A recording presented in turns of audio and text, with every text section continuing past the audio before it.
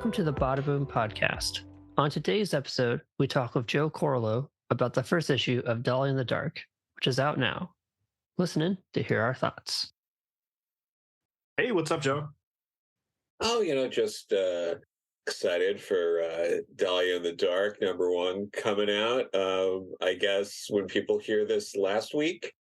Yes. Yes. It would be last Yeah. week, and they would have read it, and hopefully they come here and be like, I need the deep dive of Dahlia in the Dark issue 1, and they'll be able to hear it from here. But this is exciting, in terms of kind of like the inspiration. I know you've worked with Mad Cave before. Was this something that they had asked you to pitch something like this, or is it something that you came to them and was like, hey, I've got something? Well, I really liked getting to work on Beckstar and was, expressed interest in wanting to do more stuff. And they had, some ideas for things they wanted to do, but they had this specific idea. And they were like, hey, we have, sort of like a little bit of an outline of something we thought you'd be a good fit for. You want to look it over? And I did. And that was, sort of the very beginnings of Dahlia in the Dark. It was like a different name. Some of the character names were different. Some of them were the same. Some of the background stuff was the same. I changed some other things. So like I went in and sort of, made adjustments and that's sort of how we got to this book.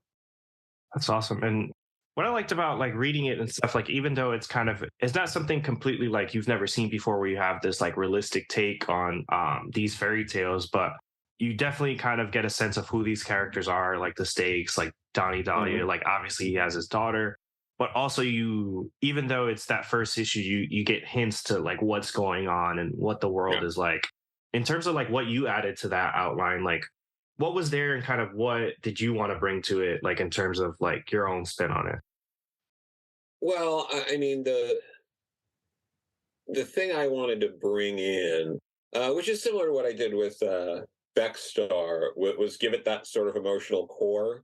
So like for Beckstar, it was, really the story about this person who, had friends that like, their best friends aren't in, her life anymore. And she's got new people in her life. And it's that like yearning for the past and not necessarily appreciating what you have right now kind of thing. And so I wanted to touch on that. And for this, I went in a slightly different direction, but it still is, the emotional core is, Donnie's relationship with his daughter, even though they're not together in the present in this story, that's still sort of the emotional core that drives the whole story and sort of influences all the different decisions that Donnie makes. And also like in terms of the world, you obviously have like this underground and there's this war brewing, and sort of what Donnie has to do has a lot to do with that war. Yep.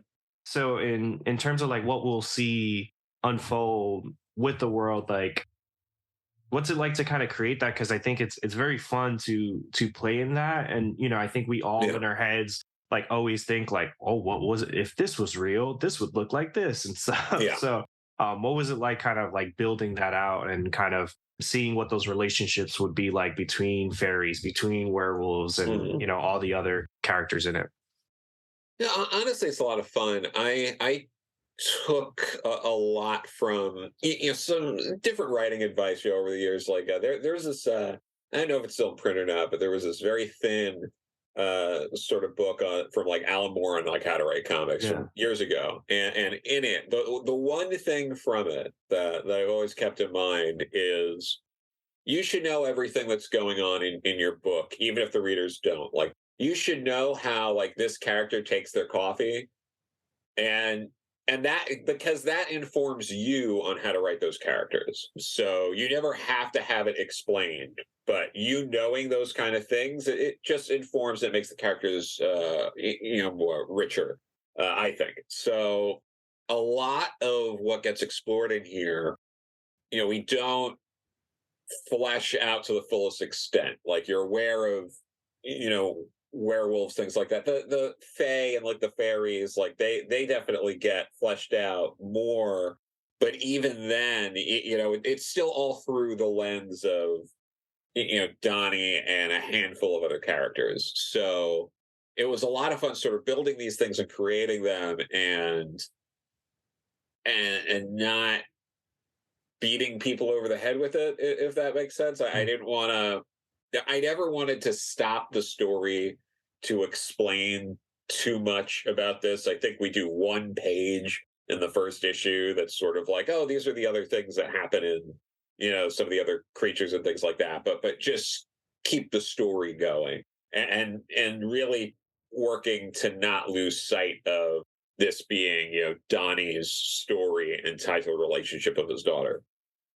Yeah, and I think that's a really good way to make the reader dig in a little deeper because as I was getting towards the end of the first issue, I was like, I feel like I know what some motives that people have, Yeah. but I want to go back and I feel like I'm missing something.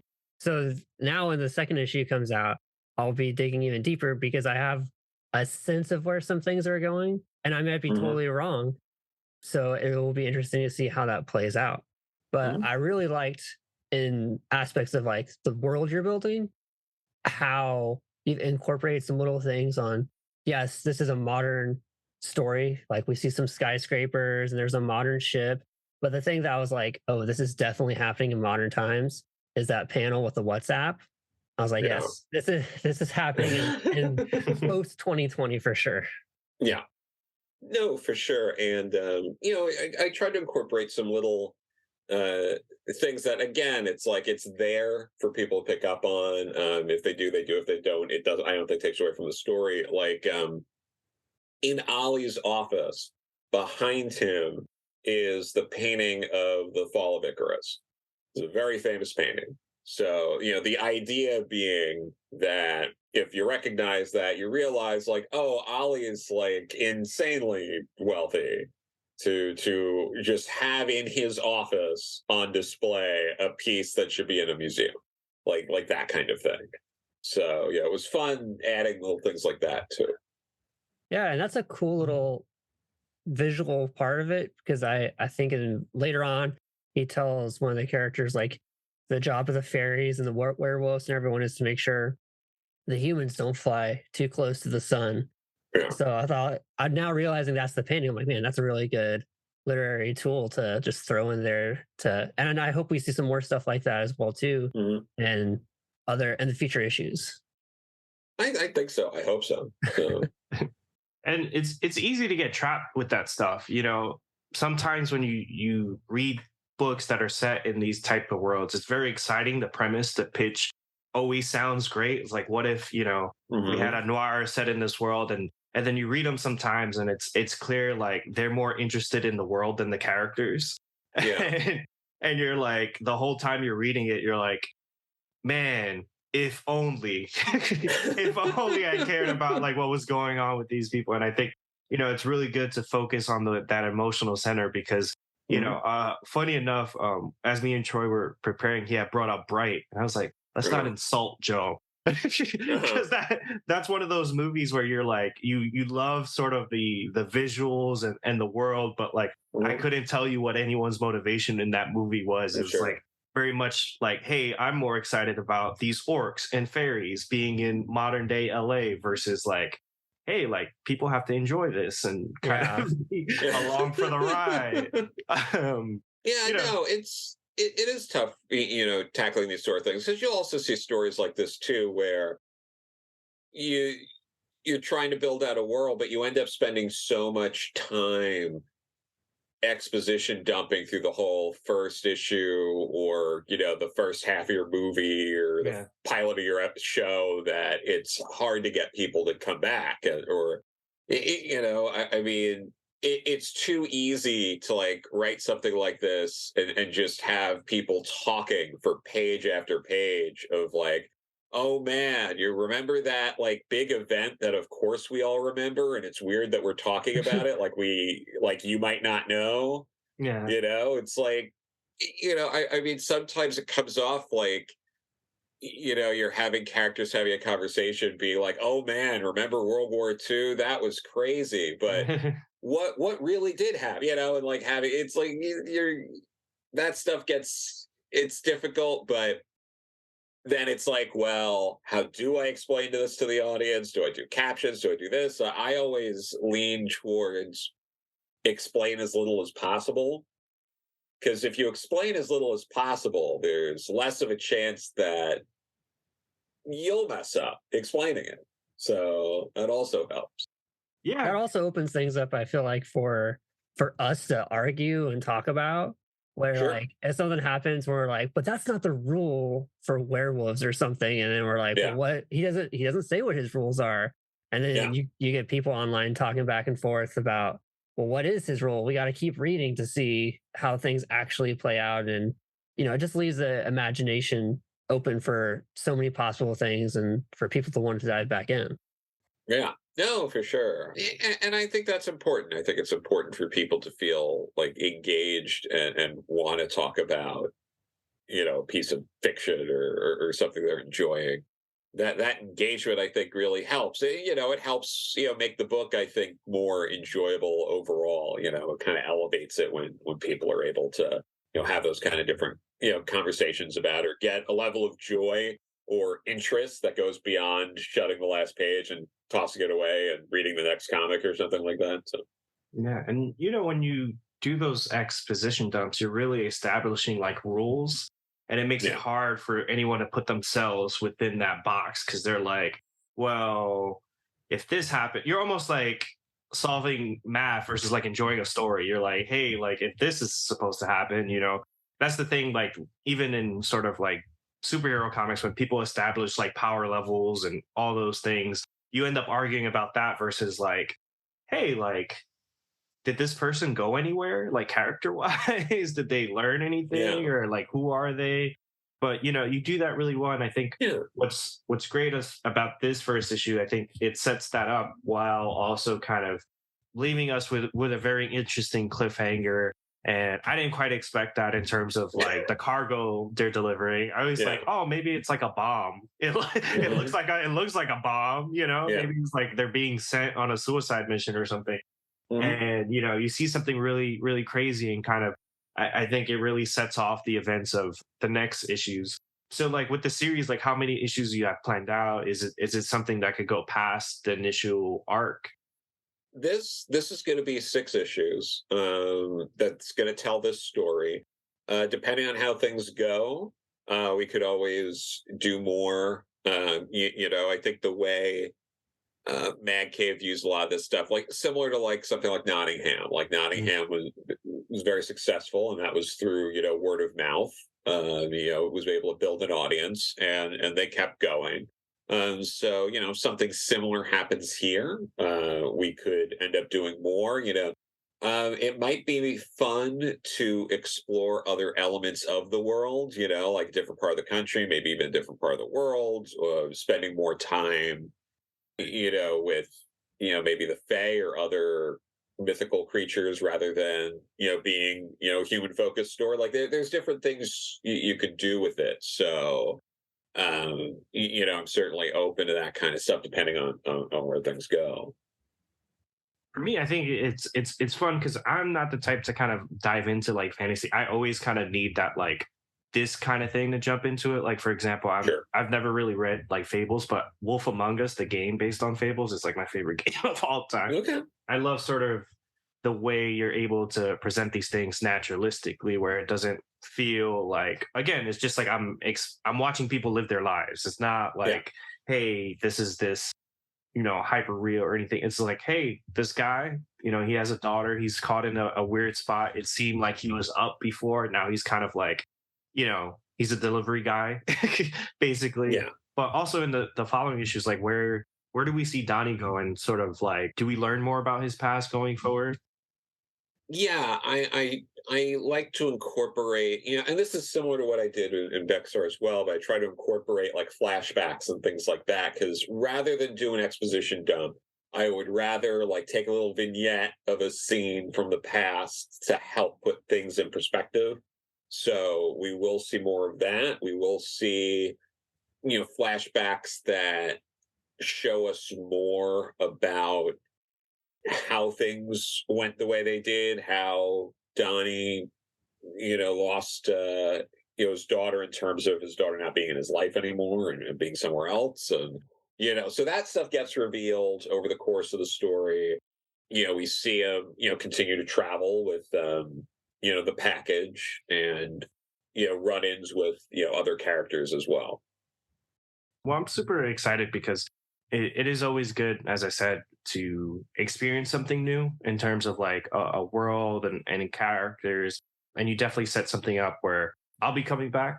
And it's good to see you kind of continue that relationship with Mad Cave. I think it's always good to kind of find a home Yeah. when it comes to those creative collaborations. Also, like I wanted to ask you too, what was it like? You have Never Ending Party, where you've been collabing with Rachel Pollack. What was it like to see? I know we talked about it last time, sort of, seeing things in print, but what was it like to see the Doom Patrol omnibus be reprinted and sort of that be together as something that Rachel was able to see? And I think it was cool, like when I went into Midtown to see it in person and hold it. And wow. So what was that like? No, I mean, that was great. What was it? I got my copy. I already had Richard Case and Mark Wheatley sign it because I took it down with me to Baltimore Comic-Con. But, it was great. I know Rachel enjoys it. She can't like read it in bed. It's just too heavy. But, I talked with her on the phone yesterday. She's still recovering at home. But yeah, I mean, she's very happy. Mark Waid actually worked to make sure she had early copies before it, hit the stores, which was also wonderful. I hadn't read some of those issues in a few years. I had all the floppies, but it was really great seeing it all together there. I think anyone who picks it up and enjoys it, absolutely go find a copy of Brother Power the Geek, the one shot she wrote for Vertigo that Tom Peyer also edited. That was, I believe, Mike Allred's first DC work. So that's something else people should check out. In addition to the Neverending Party, that is going to be out in print next year as a trade paperback through Dark Horse. So for people that would prefer that over reading it digitally, but if people have Amazon Prime, you can already read the full 5 issues for free as part, like it's part of, having Amazon Prime. So, which is one of those super awesome underrated benefits. I didn't even realize it was a part of Prime because I was paying for Unlimited, and then like one day they stopped charging me. I was like, why do I still have Unlimited? And then I was like, oh wait, Prime. But that's really awesome, especially that collaborative like effort. And what Comixology's been doing is really cool. Like I actually saw like a physical copy of like Night of the Ghoul, which was awesome. I was like, I love this book. It's great to have read it digitally and see it in person. So I'm definitely going to pick up Neverending Party when I see it in person in the trade. Are they going to do floppies for that? Because I know they with Night of the Ghoul they did like those thick like 2-in-1s, and then they're collecting it. Or is Neverending Party, is it going to be just the trade? I think we're just going to go straight to trade. We're going over the files currently, just making sure everything, is going to line it. Because, there are slight differences between just setting it up for digital versus setting it up for print. So, we have to go through everything just to make sure, it'll print, the way we want it to. But yeah, it's all coming along well. Comixology is, again, they're really easy to talk to, quick to respond. Pamela over there was great in setting up different, interviews about that, book as well. And Bryce, has been great, easy to communicate with now that he's running the show since Chip Mosher left. But obviously, the book wouldn't have happened without Chip believing in the project and wanting it to come out. So I'll always be grateful for Chip as well. Thanks again for coming out. I'm really excited for, Dahlia in the Dark to hit stands tomorrow. When you guys listen to this, it'll be out. And thank you guys for listening, because it's awesome. Good to see Joe sort of continue to work and put out these awesome books. So thank you so much for coming on, Joe. Thanks, Joe. Thanks for having me. Yeah, thanks. And with that, bada boom. Bada boom. Thank you for listening to the Badaboom podcast. Keep the conversation going on Instagram, TikTok, and Twitter. get in the comments on our YouTube channel and let us know what you'd like to hear next. And please subscribe to the podcast on Apple Podcasts, Spotify, and wherever you listen.